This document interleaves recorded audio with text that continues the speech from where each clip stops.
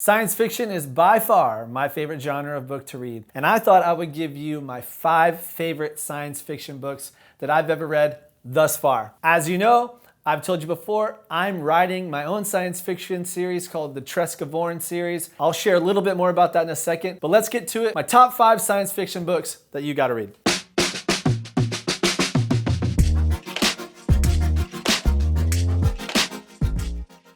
Hey everybody, welcome back. My name's Jordan. This is the I Want to Be a Reader series. And when I started reading, I was reading all kinds of different things, but eventually I got to science fiction. Some people I talk to, they don't read any fiction at all, which means they for sure have not read a science fiction book. But to me, science fiction is like the ultimate. It's the top. Once I started reading some science fiction novels and learning about the men and women who wrote them, my reading passion grew tremendously. Now, this may not be the case for you. You may not like science fiction, but if you haven't ever read one, I highly suggest one of these 5. In fact, before this video is done, leave a comment below and tell me which one of these 5 books you're gonna read. All right, ready? Let's go. Let's start with number 5. In the 5th spot is War of the Worlds by H.G. Wells. I think when most people think about science fiction, they think about something that's been written recently, but science fiction has been around for a very long time. I bet you can actually guess when this was published. Go ahead, take a second. Ready? War of the Worlds was first published by H.G. Wells in 1898. That was before color was invented. See what I did? Because color wasn't invented. Science fiction. If you've seen the movie War of the Worlds starring Tom Cruise, erase your memory. Actually, I didn't hate that movie, but when I read this, I was just like, wow, they've got to remake that movie starring me. The reason why I loved War of the Worlds, it was so descriptive. And if you can just imagine that this was written in 1898, it will blow your mind because it's just so far advanced. And I would say, I think the movie was like PG-13. This book, hardcore. There's some stuff in here that's like aliens are not cool, scary, and people freak out. I would highly recommend you read War of the Worlds, H.G. Wells, and that sits in my number 5 spot. Wham! Number 4 is Neuromancer by William Gibson. Man, this is an intense read. I'm not gonna lie to you though. If War of the Worlds is like a easy read, but this is a little bit more complex. William Gibson has been tagged like the godfather or even the creator of cyberpunk. So this book, although isn't the first time that he kind of creates a cyberpunk universe, he definitely gets credit for it in this. But he has other books like Johnny Mnemonic that even have re-existing characters throughout these books where cyberpunk is involved. And if you've seen the movie with Keanu Reeves, Johnny Mnemonic from like forever ago, then maybe you know what I'm talking about. But Neuromancer is basically about a guy who gets teamed up with a couple other people, one of them being an android, and they get hired to do some crimes to basically bring 2 artificial intelligent beings together. They're so large that if they ever combined, they would be the most powerful force on the planet. And it just goes through crazy technology, like crazy artificial intelligence streaming from one person to another. And to think that this book was written when it is just mind-blowing. Neuromancer was published in 1984, which is like long before the internet. Before The Matrix was The Matrix, Neuromancer had already said it. So at number 4, check out William Gibson's Neuromancer. At number 3 by Edgar Rice Burroughs, John Carter series. I have this awesome version of this book. Look at that cover art, so dope. And then it's got like these, hold on, wait on it. Look at that. Yeah, aliens. It was written by Edgar Rice Burroughs. Look at that dude. Looks exactly like me, kind of.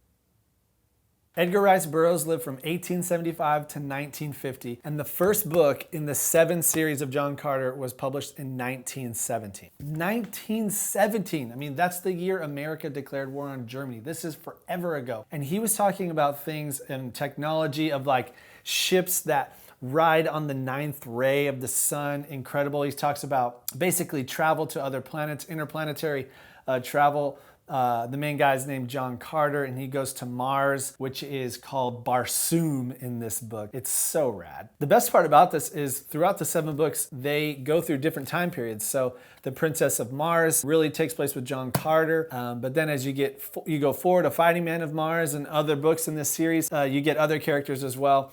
But there's so much to read here. Look at this, the girth of that. Yes. So you could spend a lot of time reading through this. There's all kinds of different storylines. There's love, there's action, there's like technology that's amazing. I would highly recommend you reading John Carter. And I just want to give mad props to Disney for making the movie. I know it didn't do well, but I liked it. So bring back John Carter, Disney Plus. Number 3, John Carter. Thanks so much, Edgar Rice Burroughs. In second place on my list is kind of a dark horse one, but the author is C.S. Lewis, and it's entitled The Space Trilogy. Now, as I have read these books and also listened to seminars about these books, it actually should be called the Ransom Trilogy. The main character, his name is Ransom, and it makes more sense to call it the Ransom Trilogy than it does to call it the Space Trilogy. But I think the reason why they named it the Space Trilogy is because people don't really realize that outside of the Chronicles of Narnia and some of his other literature, C.S. Lewis made a science fiction trilogy, and it's awesome. So in this, it's like he's being able to correspond with other heavenly beings and beings from other planets, like rulers and spiritual gods from other planets. Our guy Ransom finds himself on Mars, which is Malacandra. And then in the next book, he finds himself on Venus, which is Perlandria. And these are awesome stories with crazy metaphors and looks at the human condition, and it's a great read. I just don't know if there's anybody like C.S. Lewis as far as imaginative. There are things in here that I had to read more than once. He talks about waves that are going up because there's less gravity, so they go way high and they kind of cliff over. He just spends tons of time on details. And with Ransom, who's an educated person in the story, he takes a lot of time to explain the environment. So you get a really cool look into the mind of C.S. Lewis when you read the Ransom Trilogy. One thing that's cool about anytime you read Lewis is a lot of times there's a foreword by J.R.R. Tolkien. He's the author of The Lord of the Rings. And there's one in here talking about how he likes the books after the first one, but he thought it was too short, which I think C.S. Lewis figured out because the second and third book of this trilogy are 2 and 3 times longer than the first book. I would say for the beginner science fiction reader, maybe start with the first one, which is Out of the Silent Planet. And the second one is called Perlandria. And that one's intense. I mean, that rocked me for a second, but it was awesome. This for sure is in my second spot of all-time favorite science fiction books. Number 2, The Ransom Trilogy by C.S. Lewis. All right, before I get to my final favorite sci-fi book, allow me to shamelessly plug something I'm working on, but I am writing my own science fiction trilogy. It has been so fun, and I would love for you to share in it with me. So go over to jordavian.com/Treska Vorn. You can find the link in the description below, but I would love for you to read chapter 1 and chapter 2. I'm only gonna put the first 3 chapters on there. And then I'm fishing for publishers right now, trying to find the best one, but I'm super excited. It takes place in a cyberpunk universe. There's some twists and turns. There's, I don't want to tell you, but go check out jordavian.com/Treska Vorn. And I've been inspired by all these authors I've talked about, but I'm looking forward to adding my say into the science fiction world. Okay, number 1. If you were to Google top science fiction book of all time, you would for sure see this at the top of the list. And I did too, which kind of made me skeptical until I read it. Friends, last but not least, in first place is Frank Herbert's Dune. I would also say that this isn't just my favorite science fiction book, but this is my favorite fiction book ever. I mean, it is so good. Dune was first published in 1965. Which is amazing because this book has so many things that are prophetic about it. Things that are talked about in this book have happened throughout history in the world. Herbert has a way of taking you into characters, but then also government structures, religion, multiple religions, multiple planets and the politics of those planets and characters, and somehow he doesn't lose you as a reader. I mean, this book is dense. I remember when I first started reading it at night, I would be up super late and my wife would be falling asleep and I would end the chapter and then have that really tough decision. Just geek readers out there would understand this. If you're gonna open up another chapter, I can't not finish a chapter. So I don't start a chapter and then put a bookmark in and come back to it. I'm crazy, I have to finish. And so There were some seriously late nights.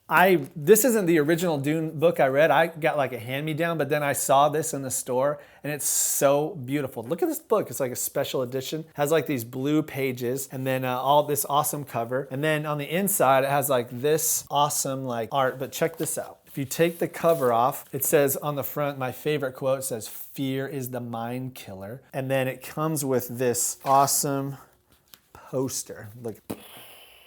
Isn't that dope? I cannot tell you how excited I am for the movie to come out in October. Before October hits, I'm gonna make a video and to challenge everybody to read this book in September. If you haven't seen the movie that was made like in the 80s by David Lynch with Sting in it, I highly suggest you go see that, just because if you're gonna be a Dune fan, you might as well be a Dune fan of it all. There's talks about a Dune show. I think there was a Dune show. I haven't seen that. But the movie that's coming out in October, which was already supposed to come out last year, it's gonna be starring like just, the cast is unreal. Timothy Chalamet, Oscar Isaac, Josh Brolin, Jason Momoa. The lady Jessica is gonna be played by Rebecca Ferguson, and Zendaya is in this movie. Oh man. Let's get something straight. The movie looks amazing. The trailer alone is worth like, just take all my money. But it's gonna be very tough to be as good as this book. So I highly recommend you reading Dune first. It is my favorite book, fiction book of all time, and by far my favorite science fiction book.